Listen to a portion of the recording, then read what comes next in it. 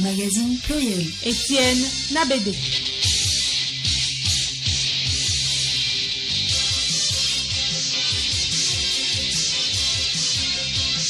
Mesdames et messieurs, bonjour, bienvenue dans ce magazine pluriel. En voici le sommaire.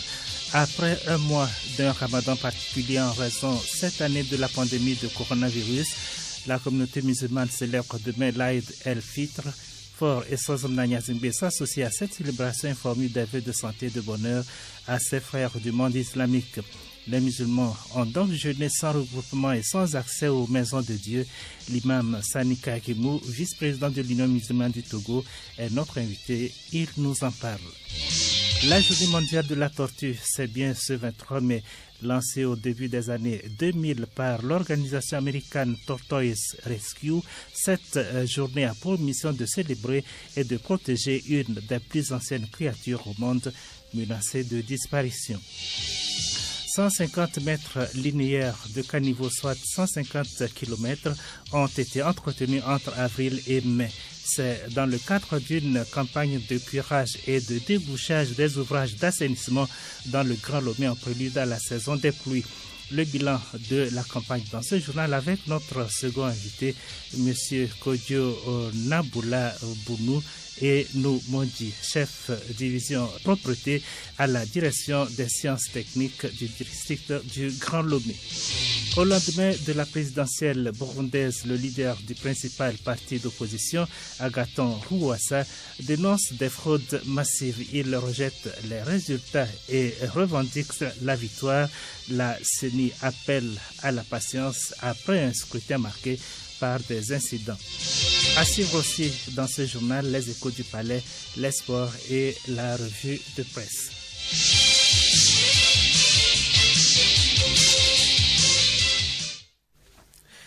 Mesdames et messieurs, une fois de plus, bonjour.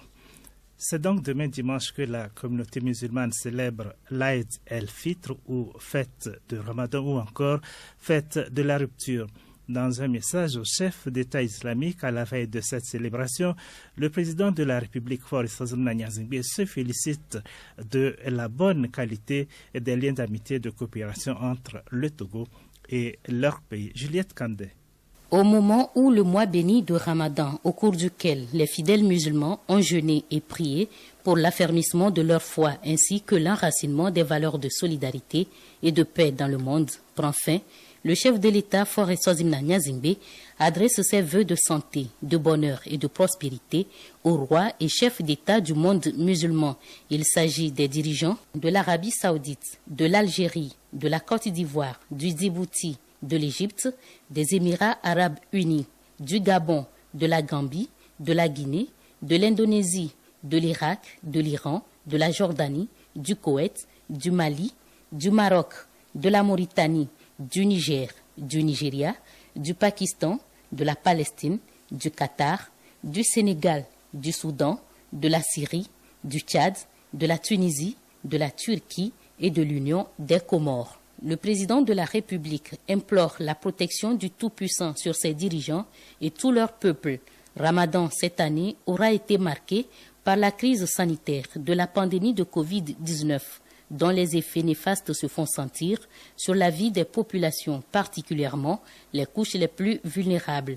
Puissent les prières élevées vers Allah en cette solennité de l'Aïd el-Fitr accompagner les efforts des États dans la lutte contre la propagation de cette pandémie et ses conséquences socio-économiques, écrit le chef de l'État à ses homologues musulmans.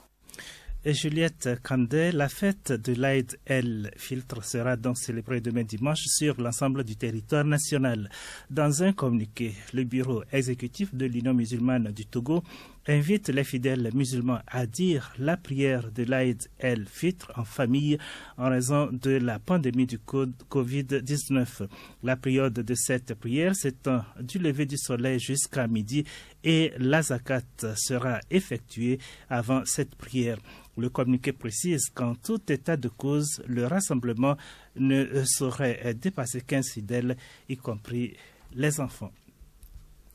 Ils sont donc des millions de musulmans à travers le monde à célébrer demain dimanche l'Aïd el-Fitr ou fête de la rupture. Pendant un mois, les fidèles de Mahomet se sont abstenus de manger et de boire entre le lever et le coucher du soleil. Ils ont également été soumis à une pratique de l'islam plus intense que d'habitude, notamment en disant les 5 prières quotidiennes, en faisant l'aumône et en lisant le Coran. L'Aïd el-Fitr n'est juste pas un moyen de marquer la fin du jeûne du mois du Ramadan, mais symbolise également pour la communauté musulmane du monde entier un grand moment de partage, de paix et de joie. Le jeûne du mois béni du Ramadan édition 2020 s'est déroulé dans un contexte particulier lié à la pandémie du Covid-19. La communauté musulmane a donc jeûné sans regroupement, sans rassemblement et sans accès aux maisons de Dieu. Pour nous situer davantage, nous recevons ce samedi le vice-président de l'Union musulmane du Togo, UMT, l'imam Sani Karimou, revient également sur l'aumône de rupture du jeûne de Ramadan et la zakat el-Fitr. L'imam Sani Karimou est au micro de Gabriel Aïna. Imam Sani Karimou, bonjour. Bonjour. Merci pour la disponibilité. Nous allons parler Ramadan, la fête, le jeûne, les prières et tout, en période Covid. Mais avant, en tant que citoyen, votre appréciation de la situation au Togo. Nous remercions Allah le Tout-Puissant et qu'Allah soit loué. L'affaire de coronavirus est une épreuve pour l'humanité. Et cette épreuve, nous la vivons dans la foi. Et les musulmans, surtout depuis ces moments de jeûne de Ramadan, n'ont cessé de continuer par prier Allah le Tout-Puissant pour qu'il éradique le mal, tout en bien sûr sensibilisant les musulmans sur les dispositions, les mesures barrières que le gouvernement a demandées, qui sont d'ailleurs des mesures venant de l'islam. Ça fait une belle transition. Cela nous amène à nous plonger dans le vif du sujet. Alors, pour les fidèles musulmans en général, que représente le mois de Ramadan? Le jeûne du mois de Ramadan, Allah subhanahu wa ta'ala a dit aux musulmans dans le Saint-Coran: Ya ayyuhal lazina amanu kutiba alaykumus siyam kama kutiba alal lazina min qablikum la'allakum tattaqun. Allah dit qu'il vous a prescrit le jeûne de Ramadan comme il a prescrit aux générations antérieures. À partir du jeûne, peut-être vous allez craindre Allah. Le jeûne du mois de Ramadan est venu mettre les musulmans dans la perfection de leur foi. Tout musulman qui jeûne, il réfléchit, il fait une introspection de sa foi et affamé, il comprend qu'il y a des gens qui vivent, qui ne trouvent pas à manger et il pense aux pauvres. Le musulman qui jeûne, qui avait des comportements que Dieu n'avait pas voulu, tels que l'adultère, le mensonge, tout ce qui était mauvais comportement, abandonne tous ces comportements pendant le mois de Ramadan, se rapproche de Dieu, invoque Dieu, prie pour que Dieu fasse que tous ces bons puissent partir en lui. En bref, le jeûne béni du mois de Ramadan vient changer la foi du musulman, mettre le musulman dans l'ordre de sa foi, une révision de la foi et on se corrige et on perfectionne mieux sa religion en tant que musulman. Cette année, ce n'est pas ce que la communauté musulmane à travers le monde a observé. Ce mois, dans une période de crise sanitaire liée à la Covid-19, alors les prières collectives et autres rassemblements habituels sont interdits. Alors, les dispositions prises sont-elles conformes aux écrits du livre sacré? Je vais parler bien sûr du Coran. Justement, nous sommes en train de vivre une expérience religieuse inédite au sein de la communauté musulmane. D'abord pour les prières collectives qui viennent mettre fin au jeûne du mois de Ramadan.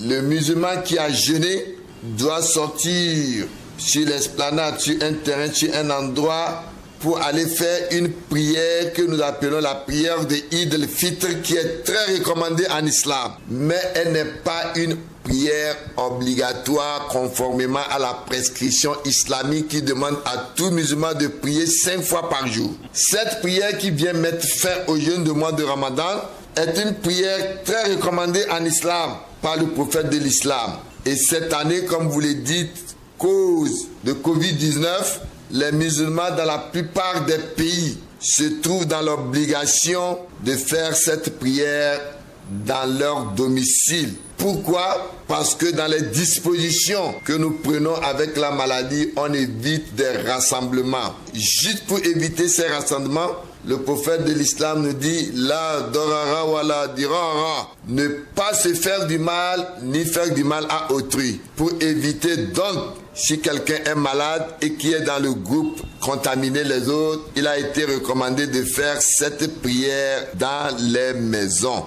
Comment va-t-elle se faire cette prière? Puis elle est un peu spéciale, on peut le dire. Cette prière, c'est comme d'habitude, on la fera aussi sur les stades. Sauf que ici, tout le monde devient imam circonstanciel. Chaque famille est responsable de diriger dans sa famille cette prière. La seule différence, c'est que celui qui doit diriger cette prière ne doit pas discourir. Il ne va pas faire la khutba, un discours de sensibilisation, un discours d'actualité. Il ne pourra pas le faire, ou bien il n'est plus recommandé de faire le discours, mais il doit faire les 2 rakats. Et le premier, il doit faire les 7 takbirat, c'est-à-dire les 7 Allahu Akbar qu'on fait avant de réciter la Fatiha et Suratul A'la. Et au cours de deuxième rakat, faire aussi 6 takbirat. Et après le salut final, ne pas oublier d'implorer Allah subhanahu wa ta'ala, de louer beaucoup Allah par ce que nous faisons d'habitude. Subhanallah, walhamdulillah, wa la ilaha illallah, Allahu akbar, Allahu akbar, Allahu akbar, wa lillahi ilham. Louange est Allah. Nous remercions Allah. Il n'y a pas de divinité en dehors d'Allah. Allah est le plus grand. Allah est le plus grand. Il n'y a pas de divinité en dehors d'Allah. En faisant cela, nous aurons donc, avec cette disposition, respecter encore les principes de l'islam. Mais n'oubliez pas aussi de prier beaucoup, invoquer Allah pour faire disparaître le Covid-19, invoquer Allah pour la paix dans notre pays et invoquer pour le monde entier. Maintenant, nous avons une idée de comment cette prière va se faire. C'est très important de le savoir parce que d'habitude, l'on se regroupe à un endroit où il y a plein de monde et il y a un imam spécialement qui dirige. Mais je dirais qu'aujourd'hui, nous savons un peu quel doit être le rôle, comment ça va se dérouler. Nous avons lu aussi des informations sur les réseaux sociaux selon lesquelles la pandémie de la Covid-19 fait un événement prédit. Qu'en dites-vous? Justement, vous savez, Allah dit dans le Saint-Coran, Ma farratna fi kitab min shay. Il n'y a rien qu'Allah a omis dans le livre sans être mentionné. Le prophète de l'islam a été interrogé dans son temps et dit Fatakunu fitanun. Il va y avoir des périodes de preuves dures, de pandémies, de malheurs et de punitions. Oui, nous pouvons dire que c'est prédit. On demanda au prophète, il dit c'est dû à ce que nous les hommes nous avons créé de notre propre main. Au temps de Lut, c'était l'homosexualité qui était de vigueur. Allah a fait disparaître ce peuple. Il en est capable. Aujourd'hui, nous avons dépassé ce peuple-là. Non seulement l'homosexualité devient une qualité, mais on ajoute encore la plébiscite. Et puis, aujourd'hui même, des gens se marient avec des animaux. Nous avons dépassé les limites. Et tout ceci, le prophète de l'islam a dit Fatakunu fitanun. Il va y avoir des périodes de preuves, de malheurs, de punitions de Dieu. Quand vous faites des choses, nul ne connaît les armées de Dieu. Le virus, on ne connaît pas. Et ça devient une calamité comme ça, on ne fait que parler physiquement jusqu'à présent, on n'arrive pas à comprendre. Le prophète en ce temps nous dit, dans cette situation, il vaut mieux rester beaucoup plus à la maison et prier Dieu. Et je vous confirme que toutes les mesures que nous sommes en train de prendre ne viennent de nulle part que de l'islam. On dit pour éviter cela, il faut laver les mains. Les musulmans, ils lavent les mains plus de 5 fois par jour. Alors, lavage des mains dont vous parliez, c'est l'ablution, je crois. C'est l'ablution, bien sûr. Seulement ici, on ajoute encore du savon. On nous dit, quand quelqu'un est malade et quand il y a la pandémie dans un endroit, il ne faut pas rentrer, il ne faut pas sortir. Le prophète de l'islam avait déjà dit, quand ça arrive dans un endroit et que vous y êtes, ne sortez pas. Et quand vous n'avez pas aussi le droit de rentrer, là où il y a la pandémie, d'où aujourd'hui la fermeture des frontières un peu partout pour que chacun ne rentre pas ou ne sort pas là où il y a la pandémie. Il dit celui qui s'expose va s'autodétruire. Ainsi donc, restez dans les domiciles. Et quand on dit aussi ne pas mélanger ceux qui sont malades de ceux qui sont sains. Au temps du prophète, il y avait une pandémie au sein des animaux. Et le prophète de l'islam nous dit la yu'radil mamarid ala moussi. On ne peut pas donc mélanger les brebis sains avec ceux qui sont malades. Et le fait de ne pas se serrer la main, il y avait au temps du prophète un lépreux qui devait aussi porter allégeance. Et comme il était malade, le prophète, d'une façon polie, lui a dit son allégeance est acceptée. C'est pourquoi nous disons que toutes ces mesures que nous prenons sont venues de l'islam. Le musulman devait être le premier à les accueillir à bras ouverts. Le jeûne est terminé, place à la fête, et cette fête se déroule également dans une ambiance particulière. La célébration de la fête même, comment est-ce qu'elle va se dérouler dans les maisons, puisque en principe c'est le moment de sortir, se visiter entre amis, famille. Faut pas que le Covid-19 fasse oublier les musulmans d'une obligation rattachée au jeûne du mois de Ramadan. Le prophète de l'islam, en dehors du zakat qui est un pilier, a enlevé le 1/40e des biens chaque année pour les pauvres. Il a imposé la zakat al-fitr, c'est-à-dire l'aumône qui vient mettre fin au jeûne de Ramadan. Il nous dit le jeûne de tout jeûneur est accroché en entendant la zakat al-fitr, le devoir de faire nourrir les pauvres. Il dit le but de zakat al-fitr, c'est pour que le pauvre puisse aussi jouir de la fête après avoir jeûné. Certains ont dit puisque le but c'est pour que le pauvre puisse aussi fêter, des gens ont même allé pour dire qu'on pouvait convertir la mesure imposée d'un bol de riz ou de nourriture là en argent pour donner au pauvre qui pourra mieux acheter s'il ne veut pas manger le riz, si c'est du macaroni qu'il voudrait et avoir l'argent pour la viande. La zakat al-fitr accomplie après la prière n'est pas acceptée. Vous devez accomplir la zakat al-fitr avant d'aller prier, dès la veille de la fête de Eid al-Fitr. Le musulman donc, dans cette situation de Covid-19, tout ce qui a été recommandé avant que vous voulez faire et que vous n'êtes pas en mesure de le faire, le prophète dit vous allez avoir la récompense comme si vous l'avez fait. Nous avons l'habitude de rendre visite aux amis, aux parents, s'il le rahima en islam, le lien de parenté des amis. Covid-19 nous a refusé cela, mais Dieu, il nous a encore donné des facilités, il nous a donné des djinns. C'est tous vos systèmes de satellites de communication, vos internets, vos fax, vos mails, vos téléphones qui vous permettent de se saluer éventuellement de la même manière. Ils sont à la vitesse de la lumière que Dieu a déjà recommandé dans le Saint-Coran.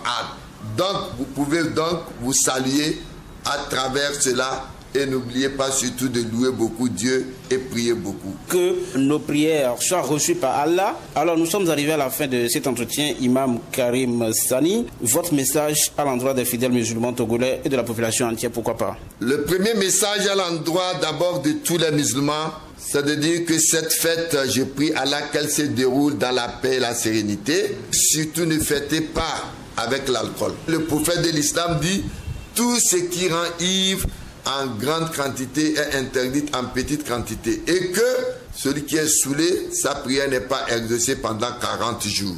À l'endroit de la population tout entière, Covid-19 a été une épreuve de Dieu. Il est temps que chacun revienne vers Dieu et qu'il guide l'humanité pour qu'on puisse vivre ensemble en paix. Je vous souhaite une bonne fin de Ramadan et Eid al-Mubarak, qu'Allah accepte notre jeûne et qu'il nous pardonne nos péchés. Wassalamu alaikum wa rahmatullahi wa barakatuh. Imam Sani Karimou, merci. C'est moi qui vous remercie.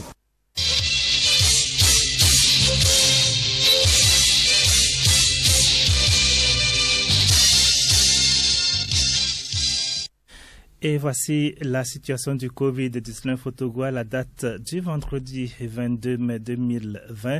On recense 230 cas actifs, 121 cas guéris, 12 décès, 363 cas confirmés au total pour un nombre total de tests de 15 157 sur l'ensemble du territoire national. comme on le voit, la montée des chiffres ne faiblit pas encore, loin de là.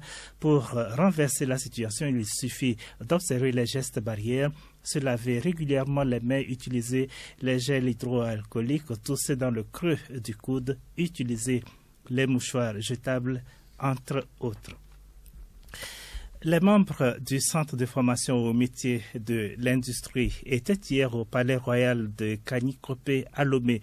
Ils sont allés animer des séances de sensibilisation à l'endroit des populations locales. La mission principale des responsables du CFMI est de briser la chaîne de contamination liée au Covid-19. Marie-Claire Pagnou. Cette activité, qui s'inscrit dans le cadre de la lutte contre la propagation du Covid-19, a consisté à rappeler aux populations de Kanyikopé les mesures barrières avant de les inviter au respect scrupuleux de ces mesures afin de briser la chaîne de transmission du coronavirus. Jules Anani Gozo, directeur du Centre de formation au métier de l'industrie CFMI. Le message du CFMI est celui de respecter les mesures de restriction prises par l'État, à savoir le respect du couvre-feu, le confinement, le lavage des mains, port obligatoire des cache-nez, ne pas se serrer les mains, se faire des accolades. Nous avons voulu renforcer ces mesures. Alors nous demandons à nos frères et sœurs et parents de Kanyikopé que les mesures ne seront pas éternelles et que c'est pour notre propre vie qu'on nous demande de les respecter. Nous les encourageons, que je crois que ensemble, en solidarité, nous allons vaincre cette pandémie Covid-19. Le chef quartier de Kanyikopé, Togui Agbokwe Kanyiset, a à cette occasion remercié le CFMI pour son initiative avant d'inviter la population de Kanyikopé à s'approprier davantage ces gestes barrières. Nous remercions l'entreprise CFMI. Nous promettons également sensibiliser la population à respecter les mesures édictées par le gouvernement. Nous devons prendre conscience que la maladie existe. Si nous voyons les derniers chiffres, c'est inquiétant. Dans notre district de santé numéro 2, je crois qu'hier, on a trouvé 2 cas. C'est dit que la maladie est à nos trousses. Donc, nous profitons pour appeler toute la population de Kanyikopé et de ses environs au respect strict des mesures qui sont édictées. Le centre de formation au métier de l'industrie, situé dans la zone industrielle, est créé en 2015 et a pour objectif de former les jeunes dans les métiers de l'industrie, notamment en mécanique, chaudronnerie et tuyauterie. Rien ne sert de courir, dit-on, il faut partir à point. Eh bien, cet adage bien connu fait référence à la tortue, dont c'est ce 23 mai la journée mondiale. Lentement mais sûrement, la journée de la tortue fait désormais partie des journées célébrées au plan international et reconnues par les Nations Unies. C'est l'organisation à but non lucratif American Tortoise Rescue qui a lancé la journée mondiale de la tortue au début des années 2000 pour permettre de célébrer et de protéger une des plus anciennes créatures au monde. Odette Pira. À l'instar de nombreux animaux en contact avec l'homme, la tortue est présente dans toutes les cultures. Pour s'en convaincre, il suffit de regarder les dessins animés. Tortue Ninja et Franklin les content, comme l'atteste la célèbre fable, le lièvre et la tortue, etc. En Inde, la tortue joue un rôle important dans les mythes ou dans la religion. En Chine, la tortue est la symbolique du monde. Il existe une grande variété d'espèces de tortues possédant des caractéristiques diverses. À ce jour, ce sont 310 espèces de tortues réparties traditionnellement en 3 groupes. Les tortues terrestres, les tortues aquatiques et les tortues marines. Si elles occupent une bonne partie du globe et peuvent vivre dans les habitats très divers, 50% d'entre elles sont menacées de disparition. Les causes sont diverses, mais les 2 principales sont liées à l'homme, la destruction de leur habitat et une prédation trop importante. Mais les changements climatiques ont également des effets terribles sur le développement de certaines populations.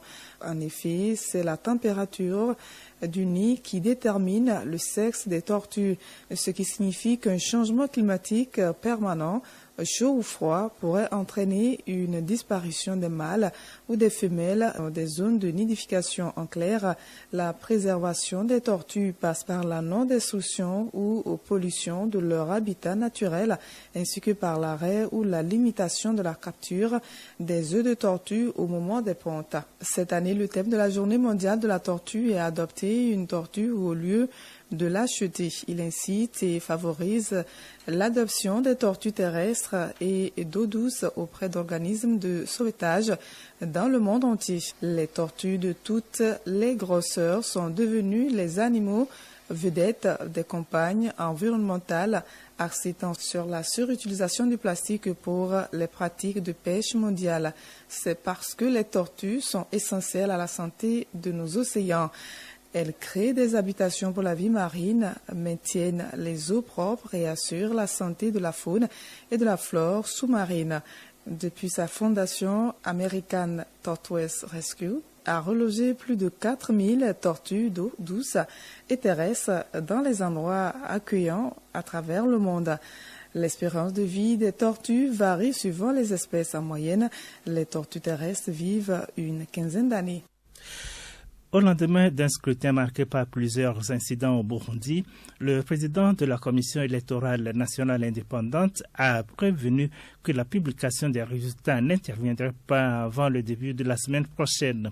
Et dans la foulée, le leader du principal parti d'opposition qualifie de fantaisistes les résultats partiels portant sur 12% des 119 communes et qui accorde la victoire écrasante au candidat du pouvoir Évariste Ndayishimiye. Juliette Kandé.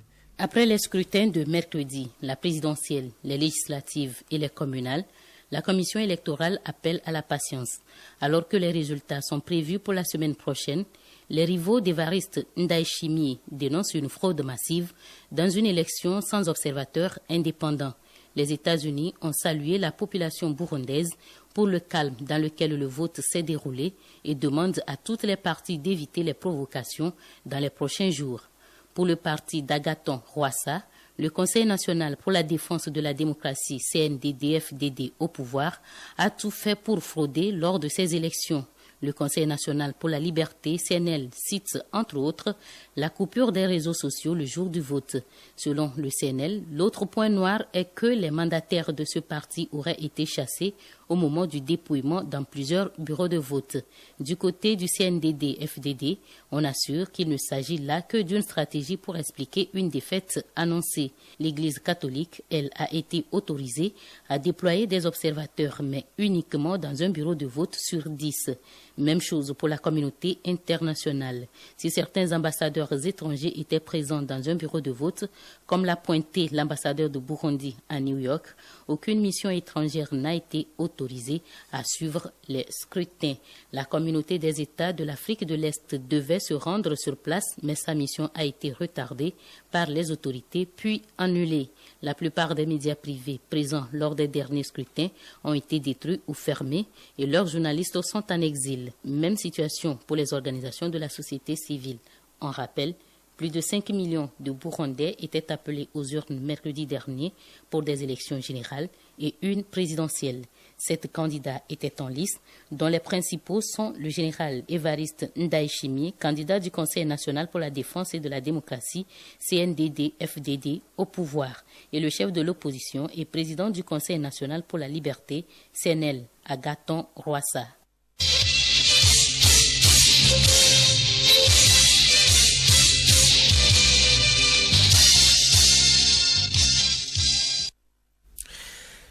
La grande opération de curage et de débouchage des ouvrages d'assainissement dans le Grand Lomé est en passe de s'achever. En prélude à la saison pluvieuse, cette campagne lancée le 8 avril dernier a pour objectif de limiter les éventuels dégâts dans des inondations et autres risques de catastrophes. Le district autonome du Grand Lomé se dit satisfait et appelle à un bon usage de ces ouvrages. Notre second invité est M. Kodjo Naboula Bounou Emondi, chef division propreté à la division des services techniques du district autonome du Grand Lomé. Au terme de cette campagne de curage et de débouchage des ouvrages d'assainissement et dresse le bilan au micro de Odette Pira. Monsieur Kodjo Nabola Bounou et nous dit bonjour. Bonjour madame. Le district autonome du Grand Lomé a lancé le 8 avril dernier la campagne de curage des caniveaux dans la ville de Lomé pour 4 semaines. Cette activité annuelle est terminée. Quel bilan faites-vous? Merci madame. À ce jour, compte tenu de la célérité que les entreprises ont pu imprimer à leurs activités sur le terrain, sur les 19 entreprises que nous avons lancées, en ce moment, nous avons aujourd'hui 15 qui ont fini et il y a le reste qui devrait normalement finir d'ici une semaine. Ce qui fait que, en gros, quand on prend le linéaire qui est curé, on est déjà à plus de 90% du travail qui est fait. Alors, je disais tantôt que la célérité n'a pas été celui qu'on a l'habitude d'avoir parce que, si vous voulez, les journées de travail ont été réduites. Ça, on le savait au départ, mais il fallait maintenir la pression sur les entreprises pour qu'elles puissent faire le meilleur d'elles. Et donc, réaménagement fait, je pense qu'on est quand même satisfait de la vitesse d'exécution de ces travaux. Alors, est-ce que les objectifs sont atteints quand même? Ah oui, en fait, en termes d'objectifs, le curage des caniveaux a vocation à nettoyer les canalisations pour permettre aux eaux de pluie de circuler librement et donc de préparer la ville à traverser la période pluvieuse. Et donc à ce jour, déjà en termes d'effectivité, puisque nous avons pu réactiver le dispositif de contrôle que nous avions déjà expérimenté et qui a été d'ailleurs renforcé cette fois-ci avec l'appui que nous a apporté la NASAP pour le contrôle avec un effectif d'une trentaine d'agents qu'on a pu mettre sur le terrain pour suivre l'effectif. On peut se dire que tout a été bien fait pour ce qui est déjà fait. Donc les 10% restants, nous pensons qu'il n'y a pas de raison que ce ne soit pas aussi bien livré. Et donc, au bout du compte, nous pensons que c'est une opération aussi bien réussie. Quels sont les quartiers à risque, c'est-à-dire les zones susceptibles d'inondation en période de grande pluie? Les parties entre les zones inondables de la ville sont répertoriées sur une cartographie qui n'est pas gérée à notre niveau en réalité. Ça relève d'autres services. Mais toutes les zones qui sont couvertes par les caniveaux que nous avons eu à charge pour le curage auront le bénéfice des ouvrages fonctionnels. Si, encore une fois, du jour au lendemain, les gens ne reprennent pas les vieilles habitudes en y jetant les ordures ménagères, en y jetant des déchets de toute nature. En dehors de cette campagne de curage, quelles sont les dispositions prises par le gouvernement en cas d'inondation? En réalité, il y a tout un plan de gestion, de riposte aux périodes de catastrophes en général. Et ça implique plusieurs institutions, notamment la ville, donc le district aujourd'hui, notamment les communes, mais déjà nous avions le ministère de l'urbanisme, nous avons l'Agence nationale de protection civile, ANPC, qui a, je dirais, plutôt les manettes pour coordonner les activités en la matière. Il faut dire qu'au niveau étatique, le dispositif qu'on a l'habitude de mettre en branle pour pouvoir accompagner la population, cette période-là, je pense, est toujours en vigueur. D'ailleurs, il y a eu des séances de travail auxquelles nous avons pris part. C'est dans ce cadre d'ailleurs que les travaux de curage des caniveaux ont été activés. Donc tout ceci concourt en fait à tout l'effort du gouvernement pour permettre à la ville de traverser ces périodes redoutables. La campagne a démarré en pleine pandémie de la Covid-19. Comment les travaux ont été exécutés puisqu'il fallait respecter les mesures barrières? Merci pour cette question. Véritablement, le travail de curage des caniveaux est un travail très délicat. C'est un travail qui demande qu'on monte véritablement en exigence du point de vue protection du personnel travaillant. Vous savez, les caniveaux reçoivent tout. Et donc, il faut que le personnel qui travaille soit protégé. Et donc, généralement, nous sommes exigeants sur le port des équipements de protection individuelle. Aujourd'hui, cette exigence-là de port de protection individuelle, il y a la question de distanciation sociale qui nous amène à avoir un œil regardant, très regardant sur les effectifs sur les chantiers, sur le comportement des agents sur les chantiers. Et c'est pour ça d'ailleurs que sur tous les chantiers, nous avons forcément 2 agents qui sont là, rien que pour suivre comment ça fonctionne, pour observer, parce que vous avez dans les habitudes, les ouvriers ont vite fait de s'attrouper en train de causer et qu'on sort. Donc, il faut aujourd'hui que durant la période de chantier, que ces mesures soient observées, en l'occurrence éviter les attroupements et consorts. Donc, chacun aujourd'hui s'est retrouvé dans une situation où la question de sécurité du personnel sur le chantier est plus contraignante qu'avant. Est-ce que vous avez rencontré des difficultés dans la gestion de ce personnel à cause du Covid? Pour nous-mêmes déjà, ce n'est pas évident de changer les habitudes. Nous avions déjà notre façon de vivre, de travailler sur nos chantiers, et encore sur des chantiers de ce genre où c'est beaucoup plus le physique. Dès qu'on est lancé, que le moteur s'échauffe, après c'est difficile de respecter les consignes. Donc, véritablement, ce n'est pas évident d'obliger les jeunes qui ont été recrutés pour ces travaux à porter les masques systématiquement, sinon on bloque les chantiers. Il y en a qui vous diront, oui, nous on a besoin de bien respirer, alors que les masques nous empêchent de respirer. Donc, il faut faire d'abord ce travail de pédagogie et sinon, il faut ajouter un peu de coercition, c'est-à-dire que à cause du comportement d'un agent, on bloque le chantier, ça lui fait passer le message et aux autres en même temps que ce n'est pas facultatif de porter les cache-nez, ce n'est pas facultatif de porter les gants, les bottes, ce n'est pas facultatif de ne pas s'attrouper en train de regarder un écran de portable pour WhatsApp et consorts, c'est la mode, mais c'est une obligation qu'on doit respecter. Voilà. Mais c'est pas évident, vous savez, shifter les comportements, c'est pas chose forcément aisée, mais ça fait partie aussi de la mission. C'est ce pourquoi nous sommes là et c'est ce pourquoi nos collègues, nos collaborateurs sont sur le terrain du début des chantiers jusqu'à la fin des chantiers. Chaque matin, il faut les partager sur les chantiers et aller les chercher le soir. Ça appelle des coûts supplémentaires pour le suivi de ces travaux. Ça appelle plus de logistique, mais en même temps, ça vaut le coup si on veut en même temps faire le travail et respecter les exigences actuelles du point de vue sanitaire. Est-ce qu'on peut espérer des saisons pluvieuses sans inondation à Lomé et à l'intérieur du pays? Nous osons l'espérer en disant que si les inondations ne tiennent qu'au bon fonctionnement des caniveaux qui doivent être curés, eh bien, on ne doit pas connaître d'inondation. Mais encore une fois, il faut déjà que les caniveaux restent propres, que les gens ne les remplissent pas de si peu avec les ordures ménagères. L'autre chose, il faut aussi le dire que les inondations ne sont pas seulement liées au bon fonctionnement des caniveaux. Il y a plusieurs autres facteurs de risque qui sont là, mais on peut se dire qu'avec ce travail, la part des inondations qui peut être expliquée par le fonctionnement des caniveaux peut être enlevée. Voilà. Monsieur Kodjo Naboula Bonou Enmoudi, chef division propriété de la direction des services techniques du district autonome du Grand Lomé, votre message pour terminer? Mon message pour la population, c'est celui-ci d'abord. Nous traversons une période délicate. Il faut que chacun fasse de son mieux en termes de respect des consignes des spécialistes en la matière. C'est la seule façon pour nous de nous en sortir. L'autre chose, c'est par rapport aux infrastructures. Les caniveaux sont construits. Ce sont des investissements consentis par l'État pour le bien-être, pour assainir le cadre de vie. Il faut bien que cet investissement soit rentable.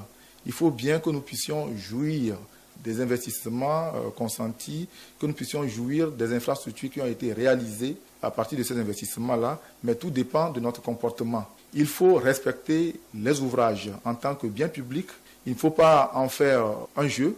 Donc, ça veut dire que pour les caniveaux, il faut que les gens cessent de les transformer en dépotoirs. Aussi simple que ça. Si tout le monde se met dans cette logique-là, je pense que les caniveaux vont pouvoir nous servir autant que les autres biens publics vont servir et nous aurons forcément un bien-être toujours amélioré au fur et à mesure que l'État fait les efforts d'investissement pour notre bien-être. Voilà ce que j'ai envie de dire. Donc, discipline, respect des consignes et puis geste citoyen. Merci, monsieur. C'est moi qui vous remercie.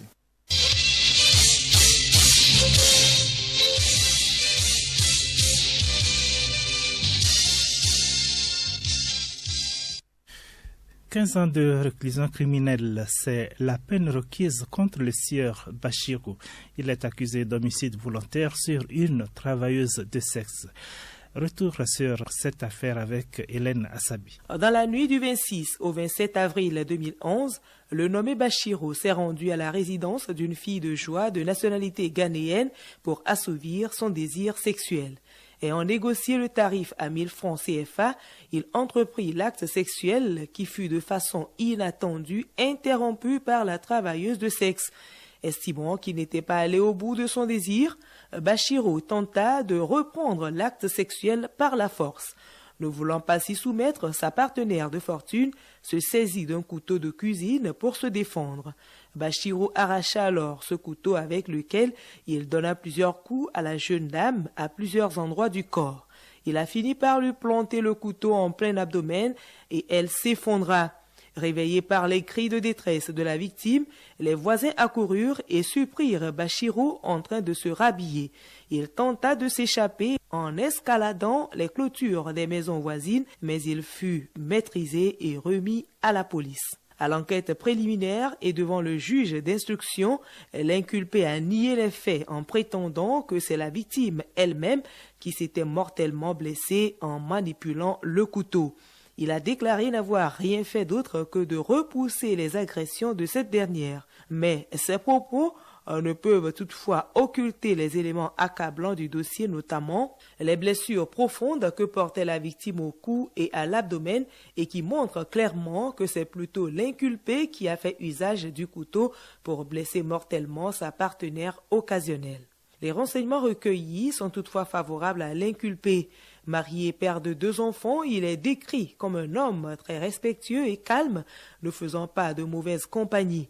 Il ne consomme pas de boissons alcoolisées et ne fume non plus du tabac. Mais étant donné que ces faits constituent le crime d'homicide volontaire prévu et puni par l'article 165 du nouveau code pénal, il a été condamné à 15 ans de réclusion criminelle. On se retrouve samedi prochain.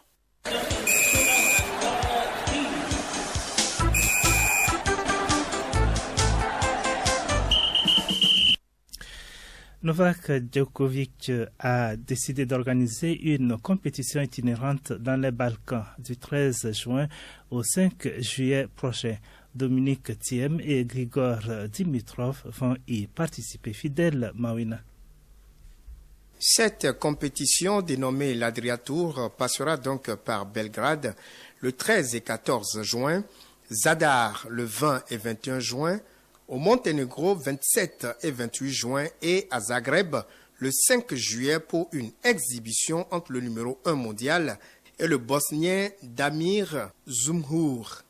À l'heure actuelle, personne ne sait si le public sera autorisé à assister au match, mais le numéro 1 mondial Novak Djokovic, qui participera à toutes les épreuves, a déjà reçu le soutien de l'Autrichien Dominique Thiem et du Bulgare Grigor Dimitrov, qui ont confirmé leur participation.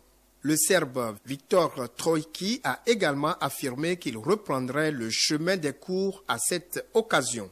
Le but de l'Adriatour est de collecter des fonds pour aider des projets humanitaires. Rugby, le deuxième ligne écossais Tim Swinson, 33 ans, a annoncé qu'il arrêtait sa carrière. Il jouait depuis 8 saisons à Glasgow après avoir débuté à Newcastle de 2007 à 2012. Il a cumulé 38 sélections avec l'Écosse entre juin 2013 et juin 2018, participant notamment à la Coupe du Monde 2015. La série noire de cette page, le Paris Saint-Germain a annoncé la disparition de Jordan Diakiese. Âgé de 24 ans, le jeune garçon est rentré au centre de formation du Paris Saint-Germain dès l'âge de 13 ans. Il évoluait dans le club corse de l'association sportive Furiani Agliani en National 3.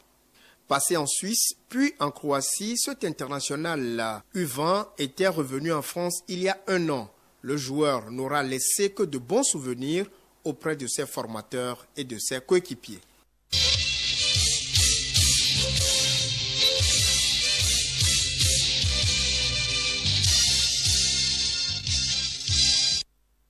Revue de presse, lutte contre la pandémie du coronavirus au Togo. La plupart des parutions de la semaine évoquent un relâchement dans le respect des mesures barrières. La montée en flèche des cas de contamination inquiète plus d'un Togolais et se ressent dans la presse togolaise. Léontine Atogima. Plus d'une centaine de cas positifs en une semaine, ça craint fort, s'inquiète le journal Le Télégraphe du Togo. Forum de la semaine renchéri, 156 cas en une semaine, de l'urgence d'une prise de conscience pour éviter le pire. La lanterne parle également d'une prise de conscience individuelle et collective, tout en rappelant que l'État ne peut faire le gendarme derrière chaque citoyen. Togo Matin propose un usage exceptionnel de la force publique. Selon le quotidien privé, le Togo, à l'image d'autres pays africains, est en train de glisser vers une situation difficilement gérable. Face donc à cette situation, et vu que beaucoup de nos compatriotes ne semblent qu'écouter le langage de la contrainte, un usage exceptionnel de la force s'impose. Allègement des mesures restrictives de liberté liées à la Covid-19, le Togo emboîte-t-il le pas aux autres pays frontaliers, s'interroge Dunia Le Monde. Nouvelle Opinion évoque la nécessité d'intensifier la sensibilisation. Le gouvernement ne baisse pas les bras, il se bat comme un beau diable face à la pandémie. Il fait sa part, remarque la lanterne. Un second institut d'hygiène pour les tests de coronavirus est d'ailleurs ouvert à Kara, nous annonce la dépêche. Une structure qui vient renforcer le Togo dans sa capacité de dépistage de Covid-19, ajoute Nouvelle Opinion. Le Togo veut dépister 10 000 personnes par jour pendant 3 mois pour apprécier le taux réel de contamination, révèle l'Union pour la patrie. Dans la foulée, Liberté signale près de 150 cas de contamination à la prison civile de Lomé et 21 dans la Marine nationale. Forum de la semaine rassure, le président Faure Gnassingbé a ordonné le dépistage systématique de tous les détenus. La crise sanitaire impacte l'économie togolaise. Pour cela, le gouvernement et le secteur privé se concertent afin d'y faire face, écrit l'économiste. Sani Yaya appelle à repenser le modèle économique, ajoute Nouvelle Opinion. Politique pour finir, violation du contrôle judiciaire, la dynamique Podro et son candidat défient la justice, titre Togo Matin. Selon le quotidien, les leaders de la dynamique tentent de remettre en cause les conditions de leur libération. Togo Matin indique plus loin que le candidat malheureux à la présidentielle du 22 février dernier, Agboume Kodjo, a déposé une requête en annulation à la procédure ayant conduit à la levée de son immunité parlementaire devant le tribunal de première instance de Lomé. Le tribunal s'est déclaré incompétent, révèle le médium. La défense se tournera-t-elle vers la Cour constitutionnelle, se demande Forum de la semaine. Le dossier est bel et bien devant la Cour constitutionnelle, répond Liberté.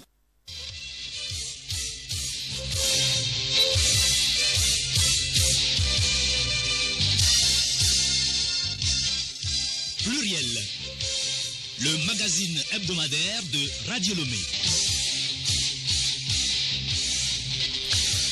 Mesdames et messieurs, ainsi s'achève ce magazine pluriel. Merci de nous avoir suivis. Merci de nous rester fidèles.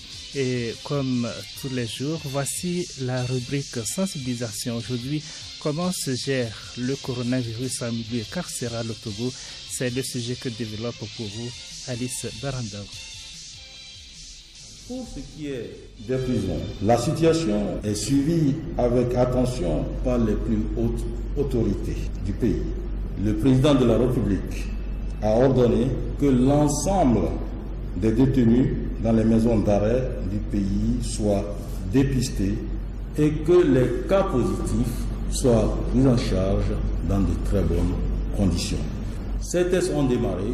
Actuellement, ces tests sont en train d'être checkés au laboratoire. Nous avons déjà fait plus de 2000 prélèvements ici à la prison civile de Lomé, la prison de Tchéguier, et nous sommes en train de faire toutes les autres prisons.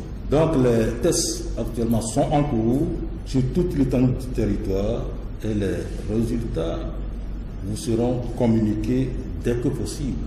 Il faut savoir exactement la situation et trouver la solution pour gérer avec dignité sur les lieux. Même s'il existe des pistes de traitement, des pistes de vaccins, aucun vaccin, aucun traitement curatif n'a été homologué par les autorités compétentes sanitaires internationales à l'heure actuelle.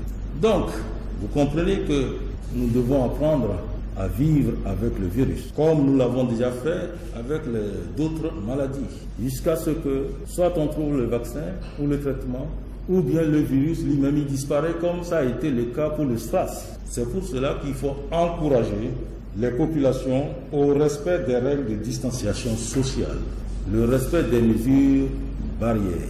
Et en ce moment, certaines mesures pourront être allégées, notamment le bouclage des villes. Mais nous devons apprendre à vivre avec le virus en respectant les mesures barrières et les règles de distanciation sociale. Donc, pour le moment, ces règles, ces gestes barrières sont les seuls atouts à notre possession pour briser ce que j'appelle la chaîne de contamination. Tant qu'on ne rompt pas cette chaîne de contamination, on ne pourra pas vaincre cette pandémie. Gardez l'écoute. La pure.